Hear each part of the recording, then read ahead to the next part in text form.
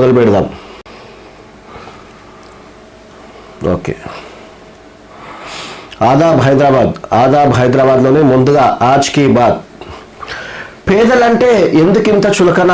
వైద్యం కోసం పేదోడు ఆసుపత్రికి పోతే ఆరోగ్యశ్రీ కింద వైద్యం చేసుకోవడానికి ఆసుపత్రి సిబ్బందితో పేదోడికి అడుగడుగున అవమానాలు, ఆసుపత్రి సిబ్బంది దబాయింపులు.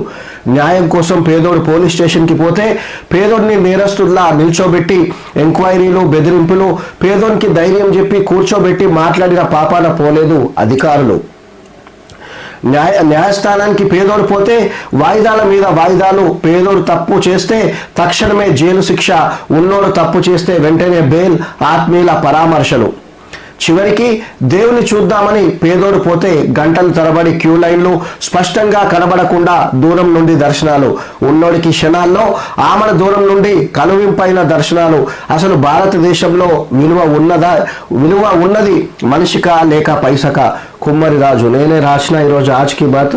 సో ఇవన్నీ నిజంగా పేదోని జీవితంలో ఏవైతే సంఘటనలు జరుగుతున్నాయో దాన్ని బేస్ చేసుకునే రాయడం జరిగింది. సో మీలో ఎంతమందికి ఇది జరిగిందో ఒకసారి కామెంట్ రూపంలో చెప్పండి. పేదోడు వైద్యం కోసం ఆసుపత్రికి పోయి అక్కడ ఆరోగ్యశ్రీ ఇట్లా అవైలబుల్ ఉంటే నాకు ఆరోగ్యశ్రీ ఉందని ఇస్తే ముందుగా డాక్టర్లతో అసలు అక్కడ ప్రాబ్లం లేదు. ఎందుకంటే డాక్టర్లకు తెలుసు ఆరోగ్యశ్రీ అన్నా కానీ గవర్నమెంటు వాళ్ళకు పైసలు ఇస్తుంది, ప్రజలకు డబ్బులు కడుతుంది, ఏం ఫ్రీగా వైద్యం చేస్తలేమని వాళ్ళకు తెలుసు డాక్టర్లకు.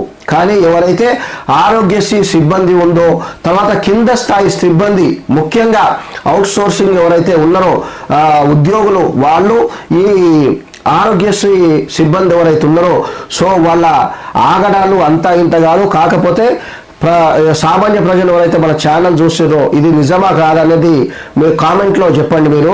సో అక్కడ ఏమవుతుందంటే ఆరోగ్యశ్రీ ఎవరైతే సిబ్బంది ఉన్నారో ఇక వాళ్ళు ఎట్లా ఫీల్ అయిపోతారంటే బాసులు లెక్కనే. ఆడ వచ్చినోడు ఆడ కూర్చున్న వాళ్ళు, ఇక్కడ వచ్చిన వాళ్ళేమో వయసులో కూడా పెద్దోళ్ళు ఉంటారు. సో వాళ్ళు వీళ్ళకి సేవకులు అనుకోరు. ఏది ఆరోగ్య సిబ్బంది, చెప్పు ఏంది సార్ ఇట్లా తెలియక అడిగితే ఎన్నిసార్లు చెప్పాలి, పో తీసుకురాపోన్నాడు అని చెప్పి వస్తారు. కొంచెం ఏం సార్ గట్లా చెప్తారు, గట్టిగా అన్నందుకు ఎవరైనా ఇట్లా చెప్తే వీళ్ళ ఈగో హట్ అయ్యి సో వాళ్ళు ఏం చేస్తారంటే అడిగినోడిని, ప్రశ్నించినోడిని చివరి దాకా నిలబెడతారని. సో ఇది జరుగుతుంది. సీఎం రేవంత్ రెడ్డి గారు, దామోదర్ రాజ్ నరసింహ గారు, సో మీరు సీఎంగా రేవంత్ రెడ్డి గారు, దామోదర్ రాజ్ నరసింహ గారు మీరు వైద్య శాఖ మంత్రిగా ఉన్నారు కాబట్టి సో కావాలంటే ఇది ఖచ్చితంగా ఇది 100% ఇది జరుగుతున్న విషయం. ఇది దీనిపైన కొంచెం మీరు దృష్టి సారించాలి. ఇది ఆరోగ్యశ్రీ సిబ్బంది మాత్రము చాలా ఇబ్బంది పెడుతున్నారు సామాన్య ప్రజల్ని. మరో విషయము, న్యాయం కోసం పేదోడు పోలీస్ స్టేషన్ పోతే పేదోడిని నేరస్తులు లెక్క చూస్తారు అక్కడ ఉన్న సిబ్బంది. అంటే నేను అన్ని పోలీస్ స్టేషన్ల కోసం మాట్లాడతారే, కొంతమంది మంచి పోలీసు వాళ్ళు ఉన్నారు.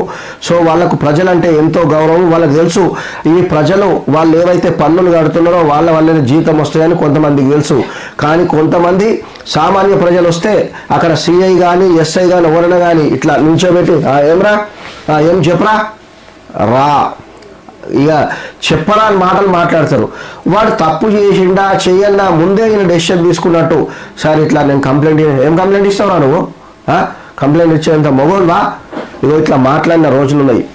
అవునా కావా మీరు కామెంట్ రూపంలో పెట్టండి. సో దయచేసి సీఎం రేవంత్ రెడ్డి గారు, డీజీపీ గారు దీనిపైన కూడా మీరు దృష్టి సారించాలి.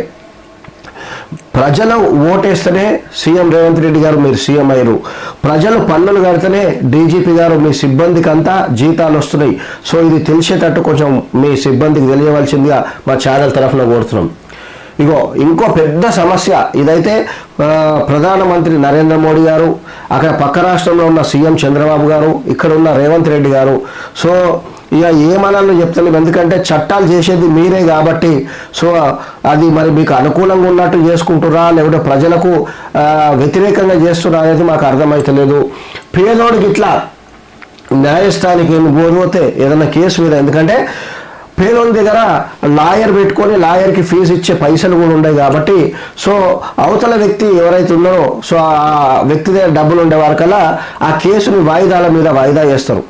అది ఇది ఏమంటారంటే అదొక క్రైమ్ కావచ్చు లేకపోతే సివిల్ కేసు కావచ్చు.